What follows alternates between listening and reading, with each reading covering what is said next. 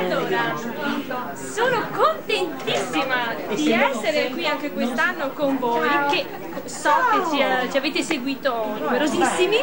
L'altra edizione è stata un successo, modestamente, anche per la mia presenza, e grazie. Allora, ora mi vedete così, ma presto sarò vestita da contadina, no, da contadina, da popolare, da confusione, da popolare. Da popolare. E faremo un tuffo Nel 1000?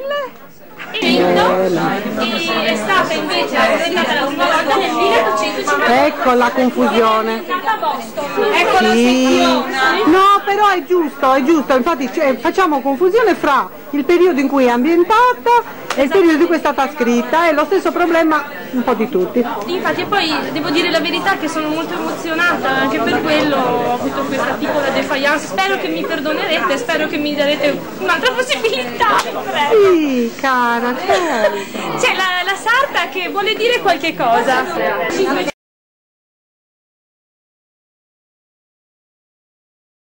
Copricapi del ballo. Allora, questo è un bellissimo diadema, molto regale, che non è il mio, non è il mio. Ecco.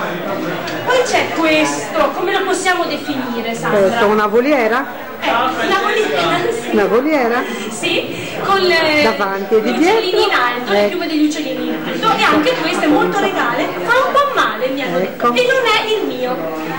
Poi abbiamo questa bellissima, aspettate un attimo, questa bellissima corona fatta di piume, che penso sia il tuo, Sandra. No, forse sì. Bellissimo. Dopo lo vedrete in posa. Alessandra sta benissimo, poi vedrete. Siamo arrivati al pezzo di punta della collezione. Ecco, una coda di pappagallo. Questo presento, che cosa hai detto? Una coda di pappagallo. Questa? Sì.